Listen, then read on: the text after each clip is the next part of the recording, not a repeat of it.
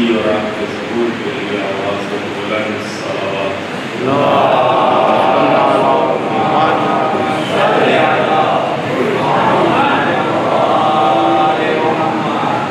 آج کی اس نہایت ہی مبارک اور مسعود شب میں توفیقات کے حاصل ہونے اور اعمال کی قبولیت کے لیے اس سے بہتر صلوات۔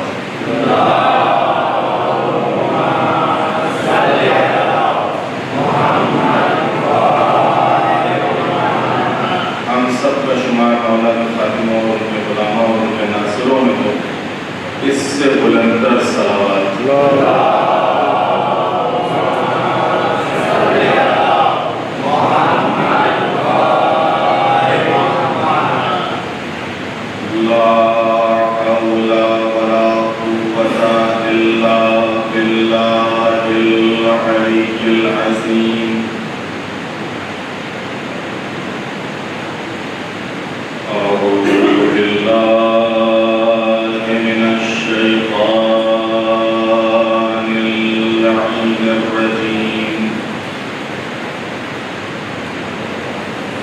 بسم اللہ الرحمن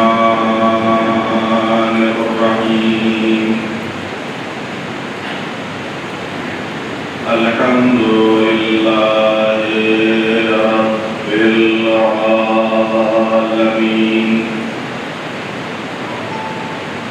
الصلاۃ والسلام علی رسول کریم سیدنا و نبینا و شفیع المذنبین ابی القاسم محمد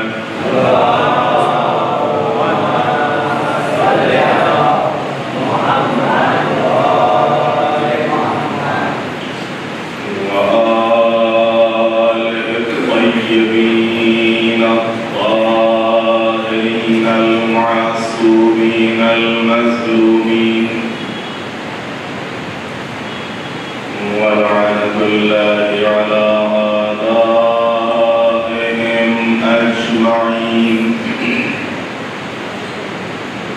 من يومنا هذا إلى قيام يوم الدين رب اشرح لي صدري ويسر لي أمري واحلل عقدة من لساني يفقهوا قولي أما بعد فقد قال رسول الله صلى الله عليه وآله وسلم خلفاء أمتي 12 كلهم من قریش۔ صلوات دیتے محمد والے محمد۔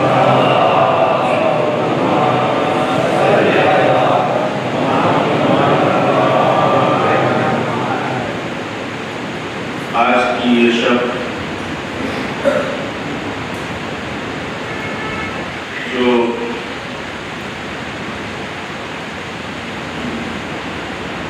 ہمارے 12ویں امام حضرت حجت ابن الحسن العسقری علیہ السلام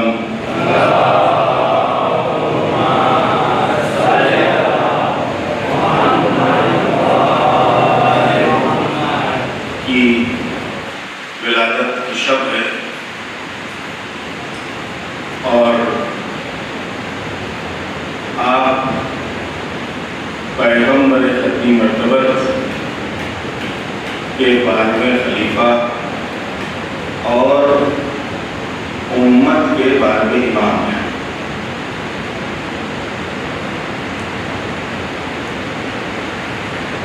جس وقت اللہ نے اس کائنات کی خلقت کا ارادہ کیا ہے تو اس کائنات کی خلقت کا ارادہ بغیر کسی پلاننگ کے نہیں، بلکہ ایک نظام اور ایک پلاننگ کے تحت اس کائنات کو اللہ نے خلق کیا ہے۔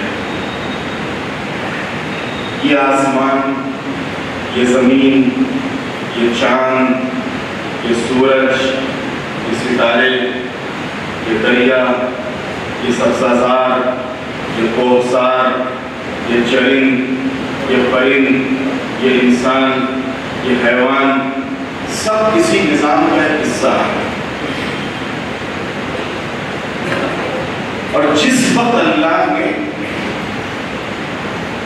اس روح زمین کو آباد کرنے کا ارادہ کیا ہے اور ملائکہ کے درمیان میں اعلان کیا انی جاعل فی الارض خلیفہ، میں زمین پر خلیفہ بنانے والا ہوں، اس عہدے اور منصب کو سن کے خود ملائکہ نے اللہ کی بارگاہ میں عرض کی، معبود اگر یہ خدمت لینی ہے تو ہم حاضر ہیں،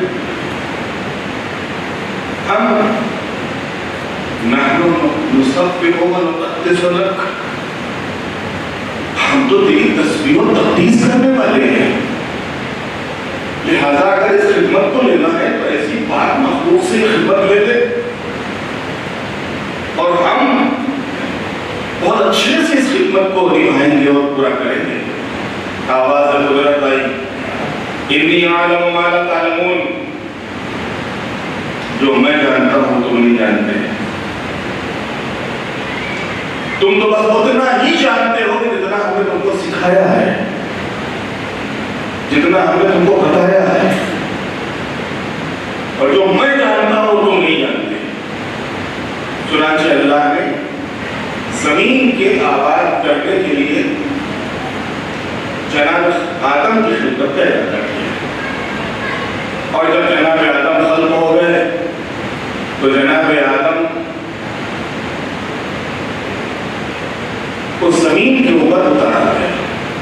میں درمیان کی تمام روایتوں اور حدیثوں اور واقعات اور حالات کو چھوڑ دیں گے تاکہ جو اصل مقصد اور مطلب اور موضوع ہے اس پر جلدی سے آ سکیں۔ جس وقت زمین کے اوپر جناب آدم اترے ہیں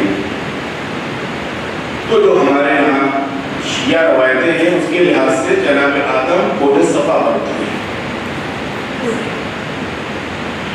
اور جناب حوا کو کوہ مروا پر اتارا گیا، اور جناب آدم اور جناب حوا ایک دوسرے کے اس ملاقات کے اشتیاق میں چلتے چلتے میدان عرفات میں پہنچے۔ اس میدان عرفات میں دونوں کی ملاقات ہوئی، اور اسی جبل رحمت کے دامن میں جناب آدم کو وہ ترک اولا یاد آیا کہ جس ترک اولا کی وجہ سے جناب آدم زمین پر بھیجے گئے۔ اگر خود جناب آدم کی خلقت زمین ہی کے لیے ہوئی تھی، جناب آدم کو تو زمین پر آنا ہی تھا، اور وہ درخت کے قریب جانا اور اس کا پھل اپنے سے قریب کرنا یا کھانا، یہ تو زمین پر آنے کے لیے بہانہ تھا اور ایک مقدمہ تھا۔ میں نے عرض کیا کیونکہ آج کی شب کی مناسبت سے آپ کی خدمت درج کرنا ہے، لہذا اس اسلوب کو میں نہیں چھوڑتا ہوں کہ جناب آدم جنت میں رہے، اور جنت میں جب اللہ نے منع کر دیا تھا تو پھر آپ اس درخت کے قریب کیوں گئے؟ اگر درخت کے قریب نہیں گئے تو اس پھل کو اپنے تحت تک کیوں پہنچایا؟ اور جب جناب آدم کو زمین ہی کے اوپر بھیجنا تھا تو اللہ نے زمین پر بھیجنے سے پہلے جنت میں کیوں رکھ دیا؟ ڈائریکٹ زمین کے اوپر بھیج دیتا، یہ پہلے جنت کیوں بعد زمین کیوں؟ یہ سب سوالات ہیں اپنی جگہ کے اوپر، کبھی انشاءاللہ موقع ملا تو جواب دیں گے اس کا۔ جب جناب آدم زمین کے اوپر، اب یہاں سے یہ انسانی قافلہ آگے بڑھا اور یہ اس کا نظام ہے. ان علینا للہدی وان لنا للآخرۃ والأولى. ہدایت کی ذمہ داری ہمارے اوپر ہے. ہدایت کی ذمہ داری ہمارے اوپر ہے. جناب آدم زمین کے اوپر پہلے بشر یا پہلے انسان نہیں تھے، بلکہ بشر اور انسان ہونے کے ساتھ ساتھ پہلے عادی تھے، پہلے نبی تھے، پہلے رسول تھے. اور یہ اس کے نظام کا حصہ ہے. اس نے ہدایت کرنے والے کو پہلے بھیجا ہے اور ہدایت لینے والوں کو بعد میں بھیجا ہے. ایک صلوات بھیجتے محمد والے محمد.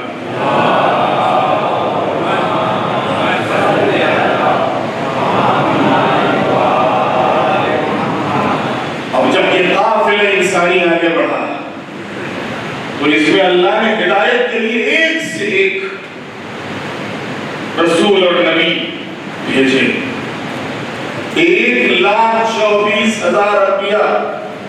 ان 1,24,000 انبیاء میں 313 رسول. ان 313 رسولوں میں 5 اولو العزم رسول، صاحب شریعت رسول. اب جب یہ سلسلہ پیغمبر خطی مرتبت حبیب خدا احمد مصطفیٰ حضرت محمد مصطفیٰ صلی اللہ علیہ وآلہ وسلم تک پہنچا،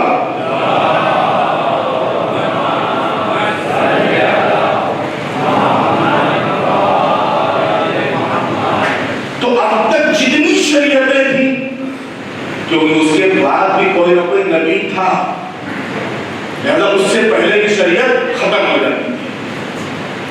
جناب نوح کی شریعت کہاں تک؟ جہاں تک جناب ابراہیم کی شریعت نہیں آئی. جناب ابراہیم کی شریعت کہاں تک؟ جہاں تک جناب موسیٰ کی شریعت نہیں آئی. جناب موسیٰ کی شریعت کہاں تک؟ جہاں تک جناب عیسیٰ کی شریعت نہیں آئی. جناب عیسیٰ کی شریعت کہاں تک؟ جب تک پیغمبر خطی مرتبہ کی شریعت نہیں آئی. اب یہ جو شریعت محمدی ہے یہ قیامت تک رہنے والی ہے، قیامت تک رہنے والی ہے. جب شریعت قیامت تک رہنے والی ہے تو جو حاکم شرع ہے ضروری ہے کہ وہ بھی قیامت تک رہے. جو حاکم شرع ہے، جب شریعت قیامت تک کے لیے ہے تو جو حاکم شرع ہے اس کے لیے بھی ضروری ہے کہ قیامت تک رہے، تاکہ وہ بتا سکے، تاکہ وہ سمجھا سکے، تاکہ وہ دکھا سکے. اور اسی قانون کے تحت اللہ نے اپنے حبیب کو آخری حج سے واپسی کے اوپر حکم دیا تھا، یا ایھا الرسول بلغ ما انزل الیک من ربک. اے میرے حبیب اس پیغام کو پہنچائیے جو آپ پر نازل کیا جا چکا ہے. اگر آپ نے یہ نہ پہنچایا تو گویا کار رسالت انجام نہ دیا، اس لیے کہ آپ نے رسالت کے سلسلے میں یقیناً بڑی زحمتیں اٹھائی ہیں. آپ کو پتھر مارے گئے ہیں، کانٹوں پر چلے ہیں، گالیاں دی گئی ہیں، تہمتیں لگائی گئی ہیں، الزامات لگائے گئے ہیں، اپنے وطن چھوڑا ہے، جنگیں لڑی ہے، لیکن یہ ساری محنت آپ کی برباد ہو جائے گی اگر آپ نے یہ اعلان نہ کیا. لہذا پیغمبر خطی مرتبت نے اس حکم کے ملتے ہی جوفہ کے مقام کے اوپر، غدیر کی جگہ کے اوپر قافلے کو روک دیا، جانے والوں کو بلایا، آنے والوں کا انتظار کیا، اور 1,20,000 کے مجمع میں پیغمبر خطی مرتبت نے امیر المومنین کو اپنے ہاتھوں پر بلند کر کے فرمایا، من کنت مولاہ فہذا علی المولا. جس کا میں مولا ہوں اس کے یہ علی مولا ہے.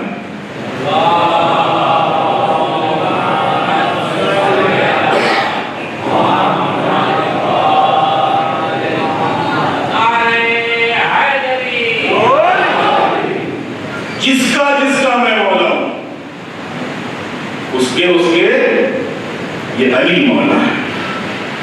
اب یہاں سے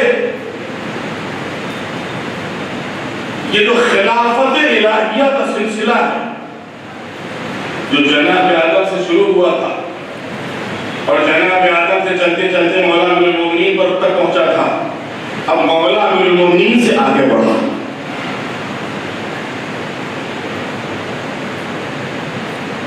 کیونکہ امیر المومنین خلیفۃ اللہ بھی ہے اور خلیفۃ الرسول بھی ہے.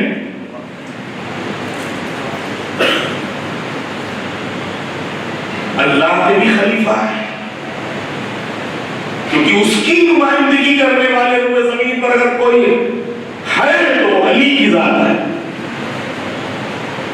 کہ جس کو اس نے چنا ہے زمین کے اوپر عدل و انصاف کو قائم کرنے کے لیے. یہ اور بات ہے، زمین اور زمین کے باسی اس کے لیے آمادہ و تیار نہیں تھی اور انہوں نے اس الہی نعمت کی قدر نہیں کی، جس کے نتیجے میں ہم نے دیکھا کہ اس وقت سے جو ظلم شروع ہوا ہے وہ آج تک ختم نہیں ہوا. ورنہ اگر زمین آمادہ ہوتی اور زمین پر بسنے والے افراد تیار ہوتے تو آج ہمیں امام زمانہ کا انتظار نہ کرنا پڑتا.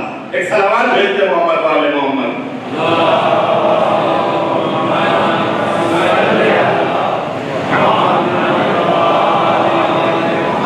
جملے کے اوپر غور کیجئے گا، یہ جو ہمیں امام کا انتظار کرنا پڑ رہا ہے ان کے لیے دعائیں، ان کے لیے مناجاتیں، ان کے لیے استغاثہ، یہ صرف اس وجہ سے کہ زمین اور زمین کے اوپر بسنے والوں نے قدر نہیں کی. لہذا جب قدر نہیں ہوئی تو اس ناقدری کے نتیجے میں زمین پر جو ہونا چاہیے تھا وہ ہوا. کیونکہ جب عدل نہیں ہوگا، جب انصاف نہیں ہوگا تو عدل کے مقابلے ہی میں تو ظلم ہے. عربی میں جو عدل کے معنی بیان کیے گئے ہیں لوگوں کے حقوق کی رعایت. حقوق کب پامال ہوتا ہے؟ حقوق کب پامال ہوتے ہیں؟ حقوق اس وقت پامال ہوتے ہیں جب ظلم ہوتا ہے. جب ظلم ہوتا ہے تو اس عادل حقیقی کے اس عادل نمائندے کو مسلمان نہیں سمجھ سکا اور اس مسلمان کو اس عادل نمائندے کی معرفت نہیں ہو سکی، جس کے نتیجے میں قدرت نے بلا لیا. یہ اس لائق نہیں ہے کہ ان کے درمیان تمہاری جیسی شخصیت رہے. تم آ جاؤ میری بارگاہ میں. ایک نعمت کو لیا، دوسری نعمت حوالے کی امام حسن کی صورت میں. اور بہت دیتے ہیں اور دیکھتے ہیں، شاید تمہاری سمجھ میں آ جائے، شاید سدھر جاؤ. اتنا سب پیغمبر کے انتقال کے بعد دیکھنے کے بعد شاید کچھ ہوش کے ناخن لے لو، لیکن پھر بھی امت نہ سدھری اور نہ سمجھی، جس کے نتیجے میں قدرت نے اپنے اس نمائندے کو بھی اپنے پاس بلا لیا. پھر بھی امت کو اس کے حال میں نہیں چھوڑا. ایک اور نعمت تمہارے حوالے کر رہا ہوں، دیکھتے ہیں تم اس نعمت کی کیسے قدر کرتے ہو. اور امام حسن مجتبیٰ کے بعد امام حسین نے امت کی ہدایت کی ذمہ داری سنبھالی اور جو اس امت کی ہدایت کے لیے امام عالی مقام نے قربانی دی ہے، یادگار قربانی، یادگار قربانی.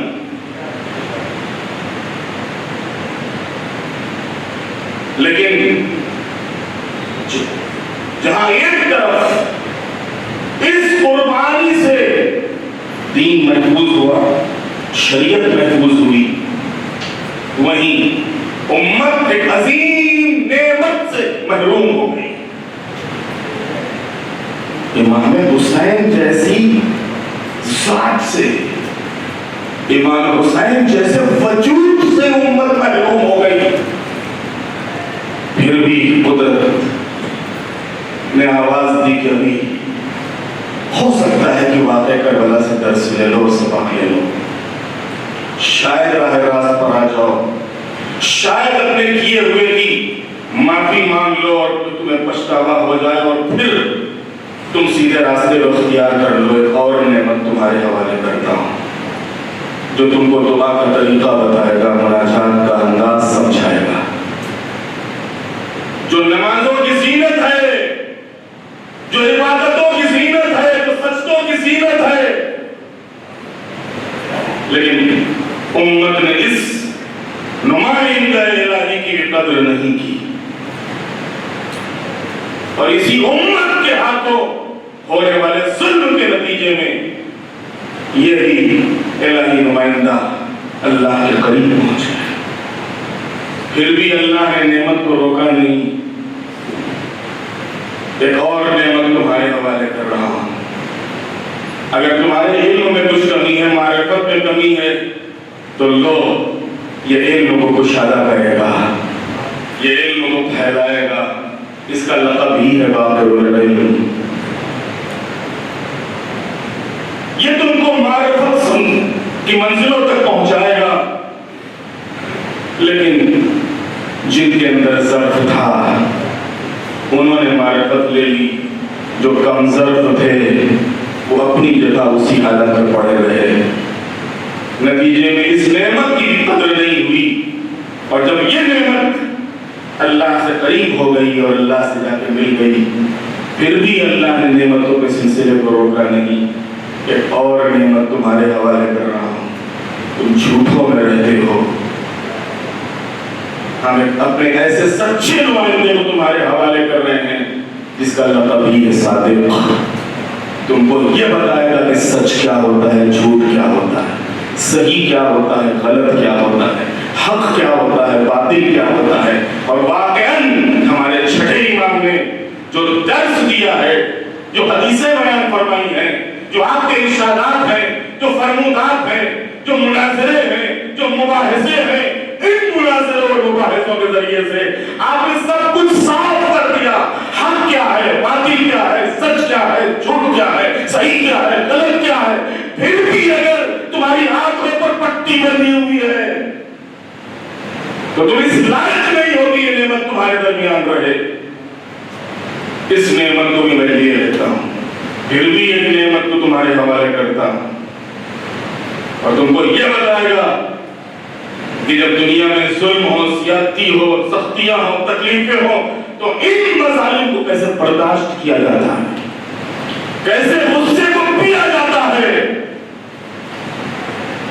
غصہ تو آتا ہے، غصہ فطری ہے، لیکن اس غصے کے عالم میں کوئی غلط قدم نہ اٹھانا اور صحیح راستہ اختیار کرنا اور غصے کو پی جانا، یہ شان ہے ہمارے ساتویں امام حضرت امام موسیٰ کاظم علیہ السلام کی۔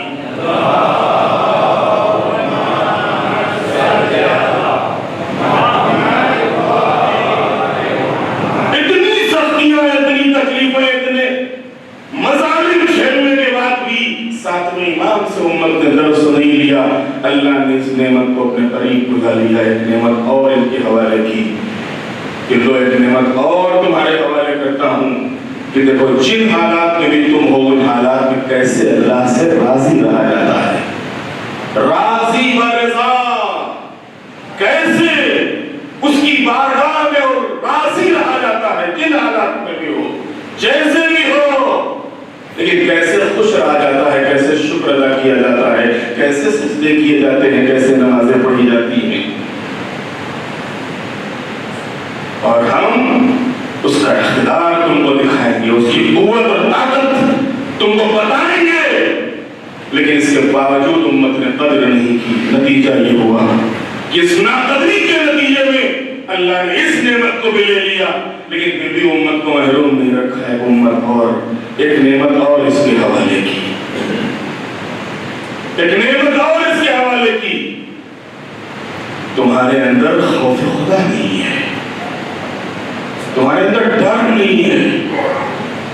پیغمبر کے انتقال کو 200 سال ہو گئے لیکن تم سدھرے نہیں, تم نے راستہ صحیح اختیار کیا نہیں. ضرورت ہے تم کو تقوی کے درس کی, ضرورت ہے کہ تمہارے اندر کوئی ایسا آئے جو خوف خدا پیدا کرے, جو تم کو آخرت سے ڈرائے.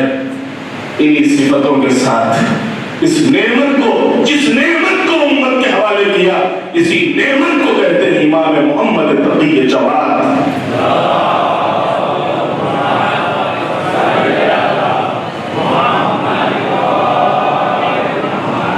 اور جب امت نے اس نعمت سے بھی فائدہ نہیں اٹھایا, نہ ان کے اندر تقویٰ پیدا ہوا نہ خوف آخرت.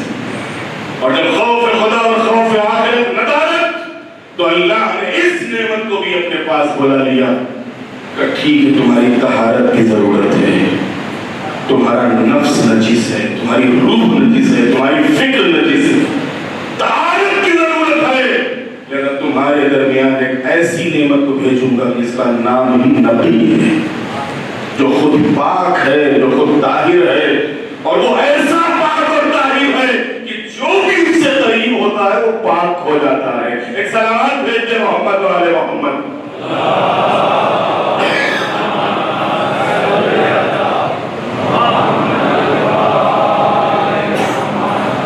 جو بھی اس سے قریب ہوتا ہے وہ پاک ہو جاتا ہے, وہ طاہر ہو جاتا ہے. امت نے اس نعمت کی بھی قدر نہیں کی, نتیجے میں شہادت واقع ہوئی اور اللہ نے پھر بھی حجت تمام کی. میں ایک اور نعمت تمہارے حوالے کرتا ہوں. تم دنیا سے ڈرے ہوئے ہو, مرعوب ہو, گھبرائے ہوئے ہو, پریشان ہو, میں ایسی نعمت تمہارے حوالے کر رہا ہوں جو عسکری شان والا ہے, جو لشکری شان والا ہے. عسکر یعنی لشکر, عسکری یعنی لشکری. اور 11ویں امام نے اس شان اور شوکت کو اس موقع پر ظاہر کیا تھا کہ جس وقت متوکل نے کہا تھا کہ آئیے آپ کو اپنا لشکر دکھائیں, اور اس وقت اپنے تمام لشکروں کو حکم دیا تھا کہ ایک بڑے سے میدان میں جمع ہو جائیں اور ایک منچ تیار کیا جائے, ایک بلند جگہ بنائی جائے تاکہ اس پر سے ہم ان کو لشکر دکھائیں. جس وقت وہ بلند جگہ تیار ہو گئی, منچ تیار ہو گیا, لشکر سارا آمادہ اور تیار ہو گیا, اور متوکل امام کو لے کے اس جگہ کے اوپر پہنچا, کہا یہ دیکھیے یہ ہے میرا لشکر. وہ امام کو مرعوب کرنا چاہتا تھا. وہ امام ہی کیا جو کسی دنیا دار سے مرعوب ہو جائے. وہ امام ہی کیا جو کسی دنیا دار سے مرعوب ہو جائے. لہذا امام کے خدمت میں جس وقت اس نے کہا کہ یہ ہے میرا لشکر, یہ ہے میری شان اور شوکت, امام کو کوئی جیسے کوئی اثر ہی نہیں. پلٹ کے امام نے کہا اچھا تو اپنا لشکر دکھا چکا, اب میں اپنا لشکر دکھاؤں. حیران پریشان, آپ کے پاس کہاں لشکر ہے؟ اگر اتنا ہی تم کو خبر ہوتی اور اتنی ہی تم کو معرفت ہوتی تو تم ہمارے ساتھ یہ سلوک اور یہ برتاؤ نہ کرتے. آپ کے پاس کہاں لشکر ہے, آپ کا لشکر کہاں ہے؟ امام نے کہا بھی دکھاتا ہوں. ایک اشارہ امام نے کیا, زمین سے لے کے آسمان تک لشکر ہی لشکر. روایت میں متوکل غش کھا کے گر پڑا اور امام نے اپنی شان اور شوکت کو بیان کر دیا کہ دیکھو ہمارا لشکر دنیا کے ان سروں کا محتاج نہیں ہے, ہم اس الہی طاقت کے مالک ہیں کہ جس قوت اور طاقت کا مالک میرا دادا علی مرتضیٰ تھا, کہ جہاں لڑتے لڑتے میدان جنگ میں آواز آئی تھی لا فتح الا علی, لا سیف الا ذوالفقار, تلوار تو بس ذوالفقار ہے, جوان تو بس علی ہے.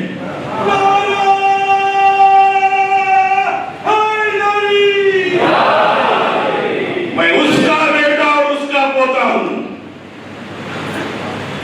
پھر بھی امت نے اس نعمت کو بھی نہیں سراہا، اس کی قدر نہیں کی۔ اللہ نے کہا تم اس لائق نہیں ہو کہ تمہارے درمیان یہ نعمت رہے۔ اس نعمت کو بھی اللہ نے اٹھا لیا، اور جب اس نعمت کو اللہ نے اٹھا لیا تو اب ظاہر سی بات ہے کہ اللہ نے خوب آزما لیا، خوب امتحان کر لیا۔ اس سے پہلے کہ امام زمانہ کا ذکر ہو، آپ سے گزارش ہے کہ صلوات پڑھتے پڑھتے تھوڑا سا آگے آ جائیے۔ ایک صلوات بھیجیں محمد وعلى محمد۔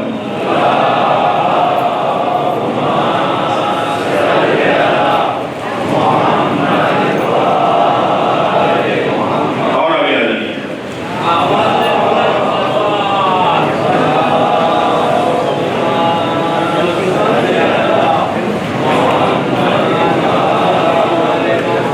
سب مل کر آواز بلند صلوات۔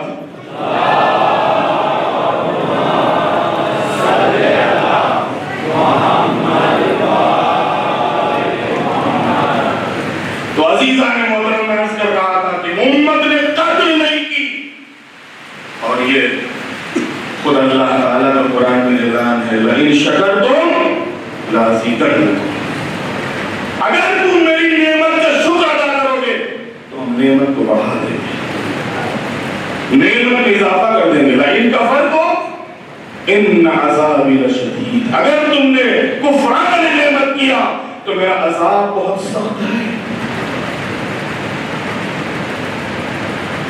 یہ غیبت نہیں، یہ امت کے اوپر عذاب ہے۔ آپ سوچیے گا کہ مولانا کیا کہہ رہے ہیں۔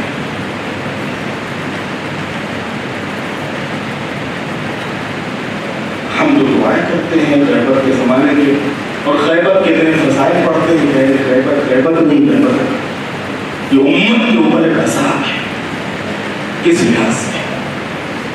ابھی جو میں نے سلسلہ بیان کیا اس لحاظ سے کہ اگر جیسا کہ ابتداء کلام میں آپ کی خدمت میں نے عرض کیا تھا کہ اگر امت نے قدر کی ہوتی اور خدیر کے بعد جس کو پیغمبر نے مولا بنایا تھا اس کو مولا مان لیا ہوتا تو امام زمانہ غیبت میں نہ چاہتے ہیں، امام زمانہ غیبت میں نہ ہوتے۔ یہ امام زمانہ کی غیبت حدیث یہ ہے کہ امت نے قدر نہیں کی، اور جب امت نے قدر نہیں کی تو امت کا امتحان لینے کے لیے، امت کو آزمائش کے لیے، امت کو سختیوں ڈالنے کے لیے تاکہ خوب کھسی جائے، خوب پیسی جائے، اس کی سمجھ میں آ جائے کہ عدل کیا ہوتا ہے، انصاف کیا ہوتی ہے، اور جو واقعی عادل حقیقی کا عادل نمائندہ ہوتا ہے وہ کن خصوصیات کا مالک ہوتا ہے، تاکہ اس کی سمجھ میں آ جائے اس امت کی۔ اور جب تک سمجھ نہیں آئے گی وہ آخری نمائندہ ظاہر نہیں ہوگا۔ آج جس طریقے کے دنیا کے حالات ہیں، آج جس طریقے سے پورے مڈل ایسٹ کے حالات ہیں، آج جس طریقے سے یورپ کے حالات ہیں، آج جس طریقے کے ہمارے ملک اور دوسرے ملکوں کے حالات ہیں، یہ سب تیزی سے زمینہ فراہم کر رہے ہیں، لے جا رہے ہیں کدھر؟ امام کے ظہور کی طرف۔ ایک صلوات بھیجے محمد والے محمد۔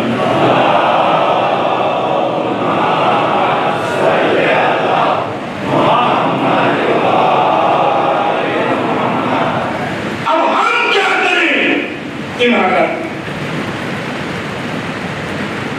یہ تاکہ جلدی ظہور ہو جائے؟ جلدی ظہور ہونے کے لیے ہم کو ان مظالم کو پڑھانا نہیں ہے، ہم کو زیادتی نہیں کرنا ہے، ہم کو معصیت اور گناہ کر کے زمین کو فساد سے بھرنا نہیں ہے۔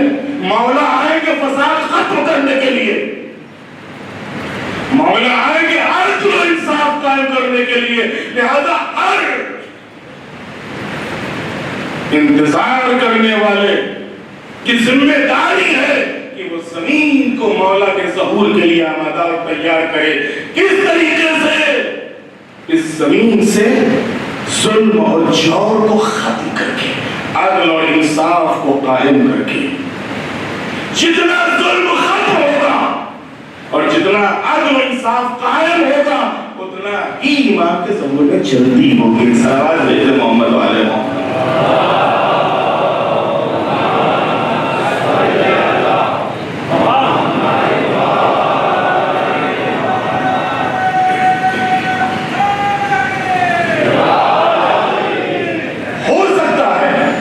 کہ آپ کہیں کہ ہم نے تو سنا ہے روایتوں میں ہے کہ جب ظلم و جور سے بھر جائے گی تب آئیں گے. ظلم اور جور سے بھر جانے کا مطلب یہ نہیں ہے کہ ہم بھی ظلم کرنے لگے, ہم بھی زمین کے اوپر جور پھیلانے لگے, ہم بھی زیادتی کرنے لگے. کیونکہ امام کہ اگر ہم ناصر بننے کی دعا کر رہے ہیں تو ناصر ظالم نہیں ہوگا, عادل ہوگا.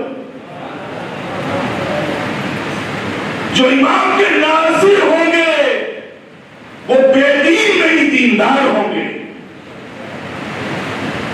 جو امام کے ناصر ہوں گے وہ دنیا دار نہیں دیندار ہوں گے. لہذا اگر ہم چاہتے ہیں کہ امام کے ظہور کا زمینہ فراہم ہو تو اس ظہور کا زمینہ فراہم کرنے کے لیے اپنے کو دیندار بنانا پڑے گا, اپنے کو عدل و انصاف خود اپنانا اور عدل و انصاف کو قائم کرنے والا بنانا پڑے گا. ظلم اور ظالموں کے خلاف آواز اٹھانے والا بننا پڑے گا.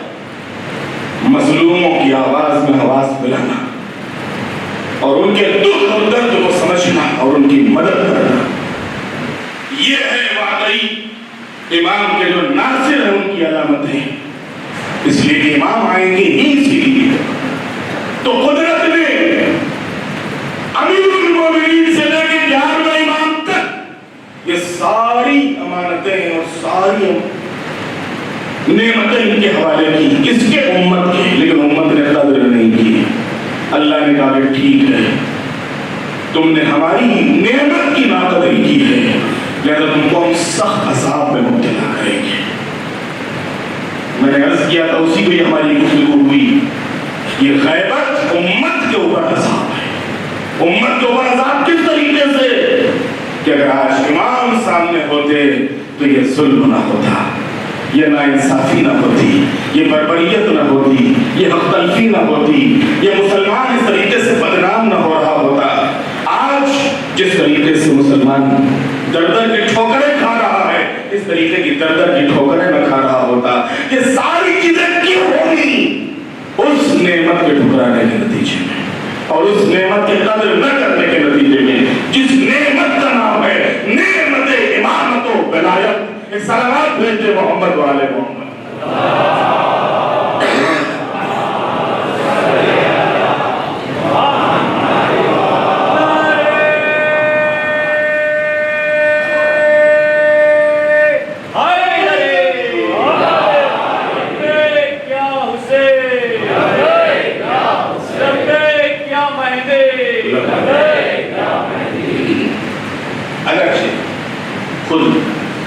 امام کی ولادت اور پھر ولادت کے بعد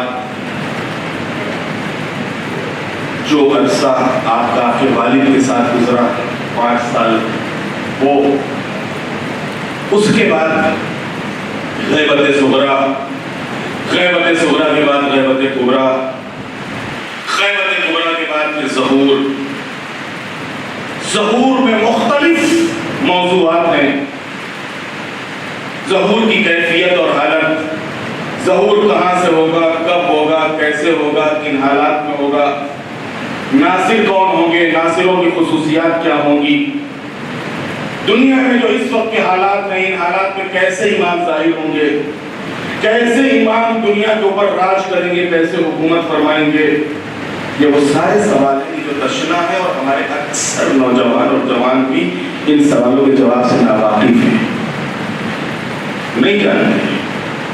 میں یقین سے کہہ رہا ہوں نہیں معلوم ہے ہم کو. اگر معلوم بھی ہے, اگر پتہ بھی ہے تو سنی سنائی جو واقعی حقیقت ہے وہ نہیں پتا ہے. میں آپ کو مثال دے دوں. ہم نے عام طور سے امام کی جو ایک تصویر اپنے ذہنوں میں بنائی ہے وہ کیا بنائی ہے؟ تصویر ہم نے یہ بنائی ہے کہ امام آئیں گے تو بس قتل اور غارت کری، اس کو مارنا، اس کو پھاڑنا، یہاں اڑا دینا، وہاں اڑا دینا، تم مسلمان ہو جاؤ، تم شیعہ ہو جاؤ، تم ہی کرو، تم کرو. یہی تو بنائی تصویر. بولیے، یہی تصویر بنائی ہے نا. یہی تصویر تو ہمارے ذہنوں میں کہ امام آئیں گے اور جو مخالفت کرے گا اس کو مارو، اس کو قتل کر دو، اس کا گلا اڑا دو، اس کو پکڑ لو. یہی تصویر ہے نا ہمارے ذہنوں میں، ہمارے بچوں کے ذہنوں میں، ہمارے نوجوانوں کے ذہنوں میں. مثال کے طور پر خالی ایک مثال میں نے عرض کیا کہ حقیقت سے ہم کو دور ہے. یہ تصویر ہم نے امام کے اپنے ذہن میں اپنے امام کی بنائی ہے، جبکہ ہمارا امام کس کا وارث ہے، کس کا جانشین ہے؟ اس پیغمبر ختمی مرتبہ کا جانشین ہے جس کو رحمت للعالمین کہتے ہیں، جس کو خود خدرت نے کہا رحمت للعالمین، عالمین کے لیے رحمت ہے. تو جب اللہ کا حبیب عالمین کے لیے رحمت ہے تو معاذ اللہ اعوذ باللہ کیا اس کا جانشین عالمین کے لیے رحمت بنے گا؟ لا حول ولا قوت الا باللہ. یہ ایک مثال اور ایک نمونہ ہے. امام آئیں گے، جتنے مہربان پیغمبر ختمی مرتبہ اپنے دور میں اپنے سامنے کے لوگوں کے اوپر تھے، اتنے ہی مہربان امام زمانہ اپنے دور میں اپنے سامنے کے لوگوں پہ ہوں گے.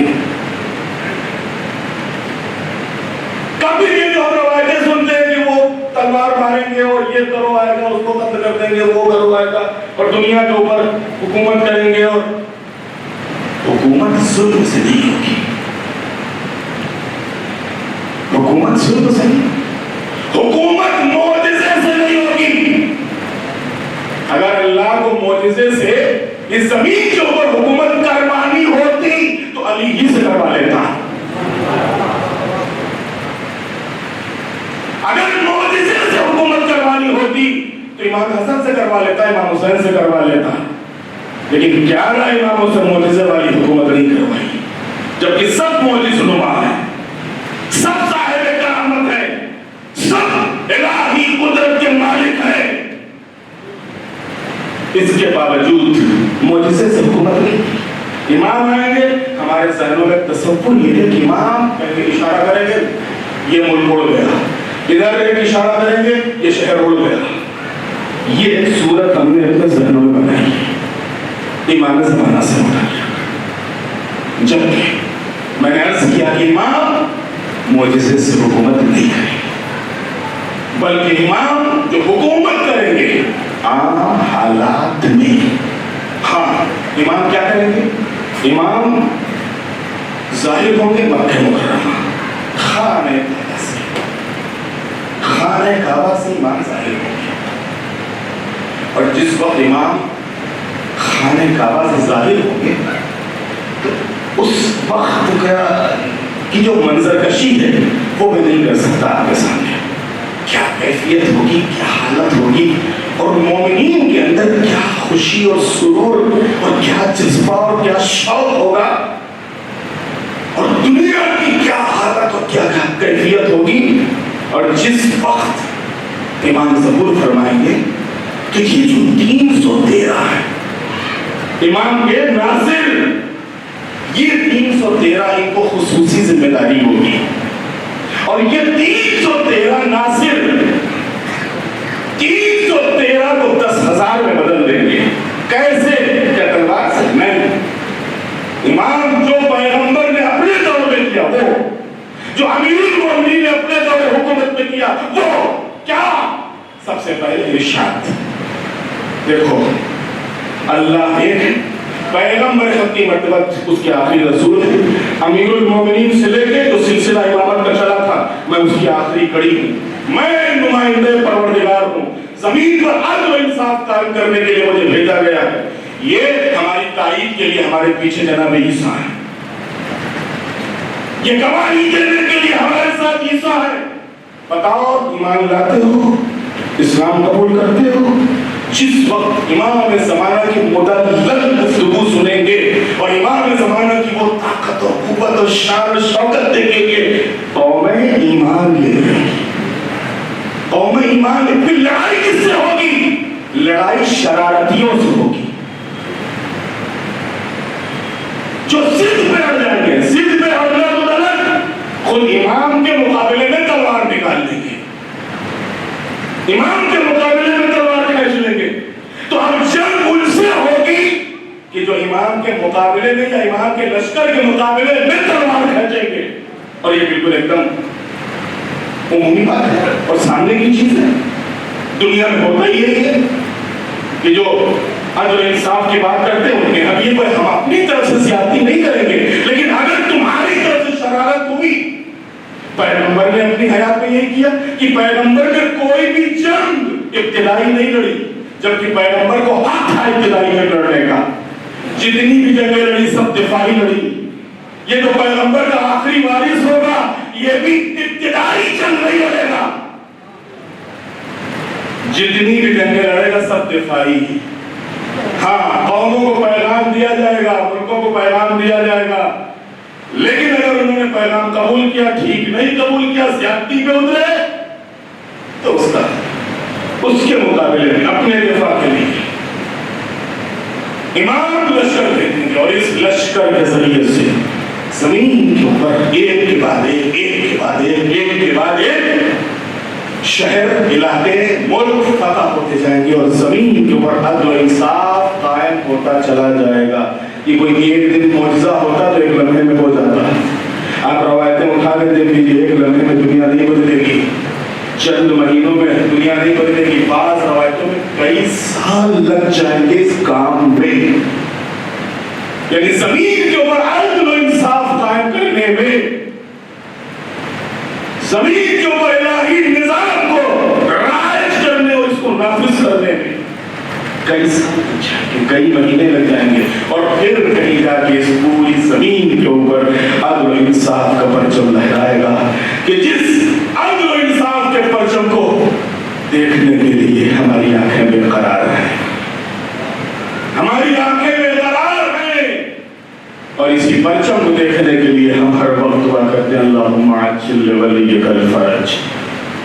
اسی کو دیکھنے کے لیے, اسی کی زیارت کے لیے ہم ہر وقت مولا کی سلامتی کے لیے آواز دیتے ہیں اللہم کل ولیک.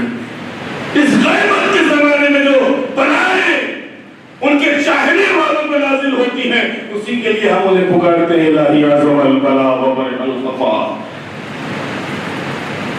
امام زمانہ میں اگرچہ اس کے ہٹ کے بھی کچھ چیزیں آپ کے لیے لایا تھا, لیکن اب وقت نہیں ہے کہ ان چیزوں کو آپ کی خدمت میں بیان کروں. میں نے عرض کیا کہ بہت لمبا, ایک بہت وسیع پھیلا ہوا موضوع اور ٹاپک ہے کہ سمیٹتے سمیٹتے بھی وقت پورا ہو جاتا ہے. آج کی رات جو کہ امام کی آمد کی رات ہے, یقیناً آج 1250 سال گزر چکے امام کی ولادت کو. آج 1250 سال کے بعد امام کے چاہنے والے کتنے خوش ہیں, امام کے محبوں کے دلوں میں کس قدر خوشی ہے. کون آ رہا ہے؟ ہمارا امام آ رہا ہے. کون امام؟ وہ امام جو زمین کے اوپر عدل و انصاف کو قائم کرے گا. ہماری دلوں کی امید, ہماری ڈھارس, جب بھی دنیا میں کچھ ہوتا ہے دنیا بے قرار ہو جاتی ہے, آدمی ہتیا کرنے لگتی ہے, آدمی داغ ہونے لگتا ہے, اپنے کو خود ہلاک کرنے لگتے ہیں, خود زہر پینے لگتے ہیں.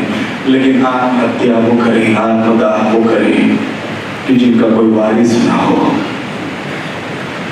ہمارا وارث زندہ ہے جو ہمیں 18 دلائے ہوئے گھبرانا نہیں, حالات سے پریشان ہو کے, حالات سے گھبرا کے اپنے کو پھانسی کے پتھر کھا لینا, حالات سے گھبرا کے زہر مت پی لینا, حالات سے پریشان ہو کے غلط قدم مت اٹھا لینا.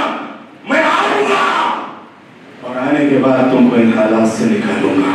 ارے آنا تو دور کی بات, خیبر کے زمانے میں بھی میں تم سے دور نہیں ہوں. اس غیبت کے زمانے میں بھی میں تم سے دور نہیں ہوں، تم اپنے کو ہم سے دور سمجھ رہے ہو۔ ذرا آنکھوں سے پردے تو ہٹاؤ، میں تمہارے سامنے ہوں۔ ذرا آنکھوں سے پردے تو ہٹاؤ، میں تمہارے سامنے ہوں۔ ہمارے اوپر پردے نہیں پڑے ہوئے ہیں، تمہاری آنکھوں میں پردے پڑے ہوئے ہیں، تو تم مجھے دیکھ نہیں پا رہے ہو۔ ہم تمہاری محفل میں تھے، تم نے دیکھا نہیں۔ ہم تمہاری دعا میں تھے، تمہاری نظریں ہم پر نہیں پڑی۔ تم کربلا کی زیارت کے لیے تھے، میں دروازے پہ کھڑا ہو کے تمہارا استقبال کر رہا تھا، تم نے دیکھا نہیں۔ تم حج میں آئے، میں تمہارے ساتھ میدان عرفات میں دعائے عرفہ پڑھ رہا تھا، تم نے دیکھا نہیں۔ پردہ ہمارے اوپر نہیں، پردہ تمہاری نگاہوں میں پڑا ہوا ہے۔ پردہ تمہاری نگاہوں تو ہماری امید اور ہماری ڈھارس سے امام زمانہ، اور یہی وہ چیز ہے جس کی وجہ سے آج دنیا حیران اور پریشان ہے کہ آخر اس قوم کے پاس کون سی دولت ہے کہ اتنا پسنے کے بعد، اتنا کٹنے کے بعد، اتنا مرنے کے بعد، اتنا اس کے اوپر ظلم و ستم ہونے کے بعد ان کا حوصلہ ختم نہیں ہوتا۔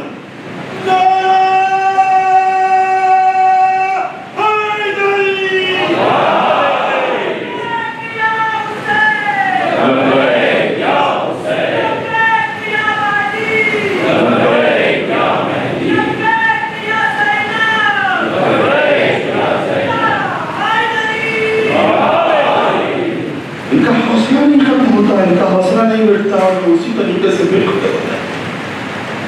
پورا بنی امیہ کا دور گزر گیا، بنی عباس مٹ گئے، ختم ہو گئے، واصل جہنم ہو گئے۔ بنی عباس کے بعد میں جانے کتنے صدام جیسے آئے اور چلے گئے، جن کو مٹانا چاہا تھا وہ شان سے قوم کھڑی ہوئی ہے، اور جو مٹانا چاہتے تھے وہ آج کہاں ہے کچھ خبر بھی نہیں۔ کیوں مٹتے وہ ہیں کہ جن کے سر پہ کوئی ہاتھ نہ ہو، جن کا کوئی وارث نہ ہو، لیکن جن کے سر کے اوپر ان کے صاحب کا ہاتھ ہو وہ ختم نہیں ہوتے۔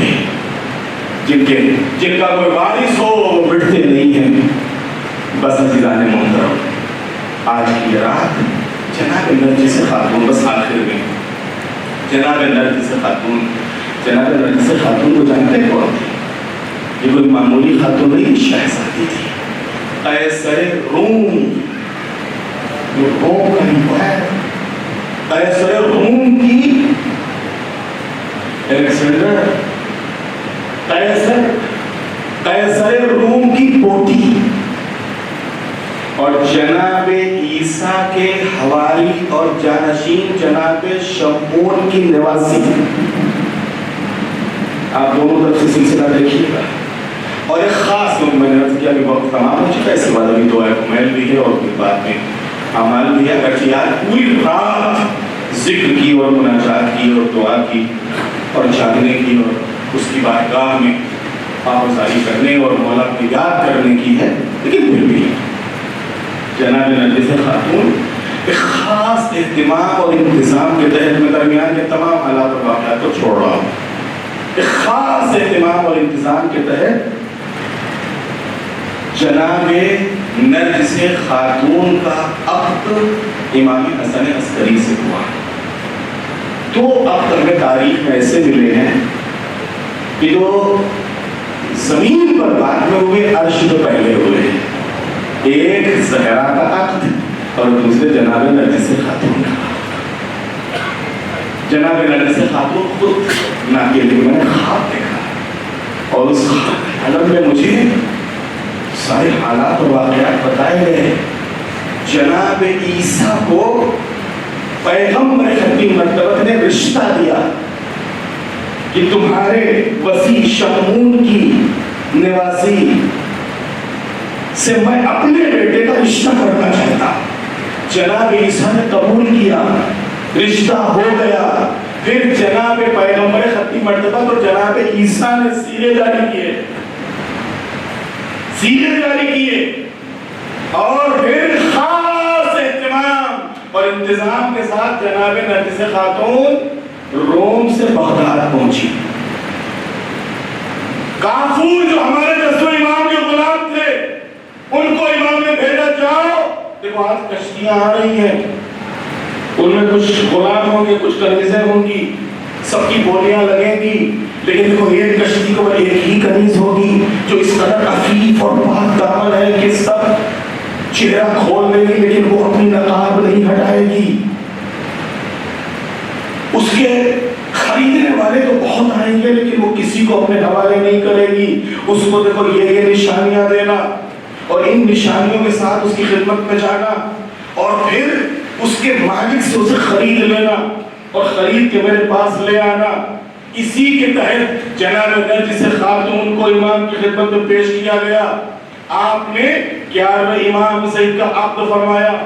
11ویں امام سے عقد ہونے کے بعد جس وقت خانہ عصمت میں جناب نرجس خاتون آئی ہے تو جناب نرجس خاتون کا کیا کہنا، وہ کیونکہ جو آخری اللہ کی حجت تھی، اس آخری حجت کے ظاہر ہونے کا ذریعہ تھی جناب نرجس خاتون، لہذا جناب نرجس خاتون جو کہ نہایت تھی خود کہتی ہیں کہ میں نے جناب فاطمہ کو خواب میں دیکھا اور ان سے، یہ عقد سے پہلے کی بات ہے، ان سے شکایت کی کہ جب رشتہ ہوا تھا اور رشتے سے پہلے ایک زیارت ہم کو کرائی تھی اور اس کے بعد تو ہمارے ہمسر ہم کو زیارتیں نہیں کرا رہے ہیں۔ پھر کہا کہ نہیں، آواز سے تمہارے پاس روز آیا کریں گے۔ اس کے بعد جناب نرجس خاتون کہتی ہیں کہ کوئی دن ایسا نہیں گیا کہ میں 11ویں امام کی زیارت نہ کرتی ہوں۔ جب آئی خانہ عصمت میں تو کیونکہ پیغمبر ختمی مرتبت نے آپ کو کلمہ پڑھوایا تھا، آپ کو کلمہ پڑھوایا تھا اور خود 10ویں امام نے اور 11ویں امام نے جو علم اور معرفت جناب نرجس خاتون کو دی تھی، حقیقت میں اس علم اور معرفت کی بنیاد پر جناب نرجس خاتون ان بلندیوں کے اوپر تھی، میں بیان نہیں کر سکتا۔ بس آپ اسی سے اندازہ لگا لیجئے کہ جس وقت ولادت کی شب آئی ہے، اس ولادت کی شب میں جناب ہمارے 11ویں امام حضرت امام حسن عسکری علیہ السلام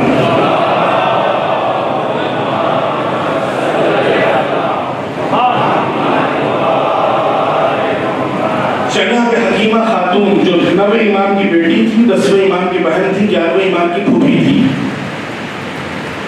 یہ خود کہتی ہے کہ جب تک میرا بھائی حیات رہا میں اپنے بھائی کے پاس آتی جاتی تھی، مسلسل ہر روز ایک ملاقات کرتی تھی، زیارت کرتی تھی، اور جب بھائی کی شہادت واقع ہوئی تو بھائی کی شہادت کے بعد میں نے یہ سلسلہ بند نہیں کیا اور میں اپنے بھتیجے کے پاس آتی رہی، یعنی 11ویں امام کے پاس ہر روز آتی تھی، ہر روز آتی تھی 11ویں امام کے پاس۔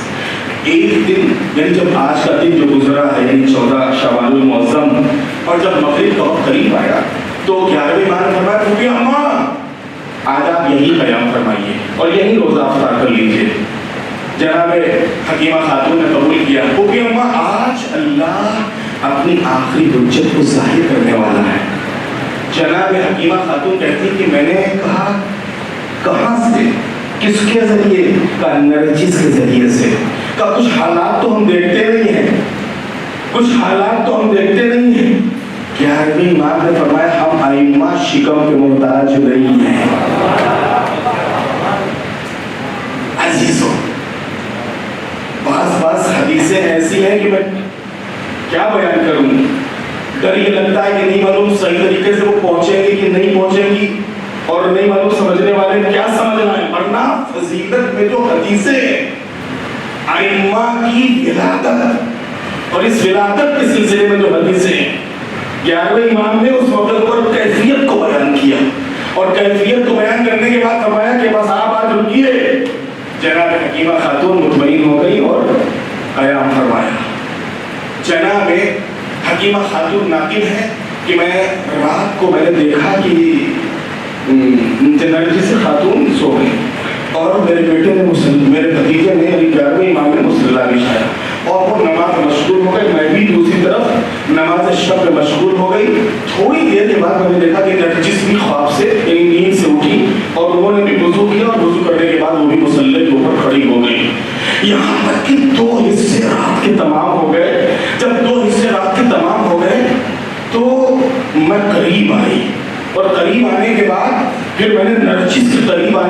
الف لام میم سجدہ اور سورہ یاسین کی تلاوت کی تو وہاں سے مصلی سے ہمارے 11ویں امام نے کہا پھوپھی اماں سورہ انا انزلنا پڑھیے. کہتے جیسے ہی میں انا انزلنا کی تلاوت شروع کی شکم سے انا انزلنا کی آواز آنے لگی. وہ جو بچہ تھا اس کی آواز آنے لگی.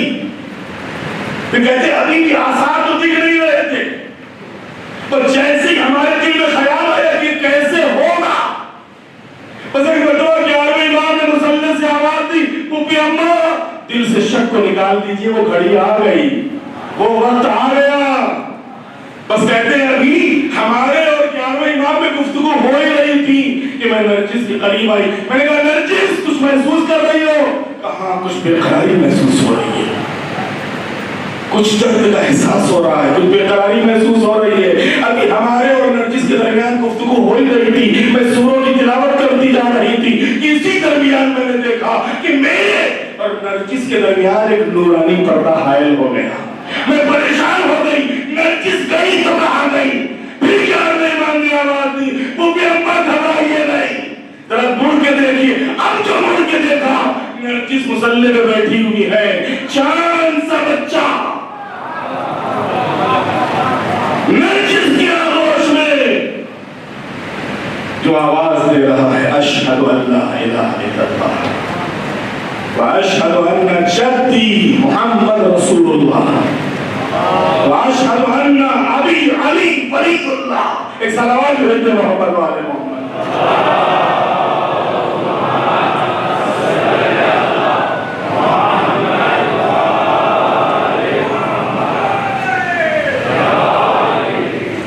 امام نے فرمایا پھوپھی اماں بچے کو میرے پاس لائیے. جناب حکیمہ امام کی خدمت میں لے کر گئی. جناب حکیمہ کہتی ہے کہ دیکھا کہ داہنے بازو کے اوپر آیت لکھی ہوئی جاء الحق وزہق الباطل ان الباطل کان زہوقا. حق آیا اور باطل چلا گیا اور باطل کی تو قسمت ہی میں جانا ہے باطل کی تو قسمت ہی میں مٹنا ہے. اور عزیزو یقیناً کس قدر خوش ہو رہے ہوں گے ہمارے 11ویں امام. جہاں امام زمانہ کی ولادت ہے وہیں امام زمانہ ان 1,24,000 انبیاء اور مرسلین اور ان 11 اماموں کی زحمتوں کو بچانے والے ہیں. اس الہی نظام کو بھی جس نظام کے لیے اللہ نے 1,24,000 انبیاء بھیجے اور یہ شاندار امامت کی صورت میں ہدایت کا سلسلہ جاری کیا اسی نظام الہی کو زمین پر قائم کرنے والے ہیں. کس قدر خوش ہو رہے ہوں گے ہمارے 11ویں امام. کس قدر خوش ہوں گی جناب نرجس خاتون. کس قدر خوش ہوں گی جناب حکیمہ خاتون. اس موقع کے اوپر آئیے مبارکبادی کا سلسلہ ہے. یہ میں خود لفاظی نہیں کر رہا ہوں میں روایتیں دیکھ کے آیا ہوں کہہ رہا ہوں. جناب حکیمہ کہتی کہ میں نے دیکھا پرندوں کا سفید نورانی پرندے عرش سے چلے اور جو نرجس کے پاس آتے ہیں چلے جاتے آتے ہیں چلے جاتے ہیں قطار لگی ہوئی ہے. میں نے اسی درمیان دیکھا ایک پرندہ آیا اور ایک مرتبہ 11ویں امام نے فرمایا اپنی امانت لے جاؤ اور یہ مرتبہ یہ امام کو لے کے اڑ گیا. میں گھبرا گئی. جناب حکیمہ کہتی میں گھبرا گئی. میں پھر آئی 11ویں امام کی خدمت میں. اب پریشان نہ ہوئی ابھی آ رہا ہے پریشان نہ ہوئی ابھی آ رہا ہے. تو ملائکہ کی صفائی لگی ہوئی ہے مبارکبادی کے لیے. آئیے ہم سب بھی مولا امام زمانہ کی خدمت میں خود ان کی ولادت کی مبارکباد اور ان کے خاندان عصمت و طہارت کی خدمت میں خود ان کی مبارکباد پیش کرتے ہوئے اس مالک حقیقی کی بارگاہ میں کیونکہ اس کی آخری حجت کی آمد ہے. اس کی آمد ہے جو بقیت اللہ ہے جو قائم آل محمد ہے جو حجت اللہ ہے. اس کی بارگاہ میں انہی حضرت کے وسیلے سے دعا ہے معبود ہم سب تیرے گناہگار اور خطاکار بندے آج تیری آخری حجت کی ولادت کا جشن منانے کے لیے جمع ہوئے ہیں. معبود ہم میں سے کسی کو بھی خالی ہاتھ واپس نہ کرنا. معبود ہم سب کو معاف فرما. ہماری غلطیوں اور خطاؤں سے درگزر فرما. پرچم اسلام کو سر بلند فرما. پرچم کفر و نفاق کو سر نگو فرما. دشمنان اہل بیت اور دشمنان تشیع کو ذلیل خوار اور نیست و نابود فرما. بار الہ جو مومن مریضوں کو شفا عطا فرما، جو مقروض ان کے قرضوں کو عطا فرما، جو دنیا سے رخصت ہو چکے ان کی مغفرت فرما، معبود سب کی مشکلات کو آسان فرما، سب کے تمام امور کی اصلاح فرما، سب کی آخرت بخیر فرما، سب کی ہدایت فرما، جو مومن دنیا سے رخصت ہو چکے ہیں ان کی مغفرت فرما، بار الہ زمین کے اوپر الہی نظام قائم فرما، اور اس نظام کو قائم کرنے کے لیے اپنی آخری حجت کے ظہور میں تعجیل فرما، تعجیل فرما، تعجیل فرما، ہم سب کو حضرت کے غلاموں اور خادموں اور ناصروں میں شمار فرما، ہمارے کردار سے، ہماری رفتار و گفتار سے ہمارے امام کے قلب کو راضی اور خوشنود فرما، ہم سب کی تمام دینی اور دنیاوی حاجتوں کو پورا فرما، وتقبل منا انک انت السمیع العلیم۔ بسم اللہ الرحمن الرحیم، ان اللہ وملائکتہ یصلون علی النبی یا ایھا الذین آمنوا صلوا علیہ وسلموا تسلیما۔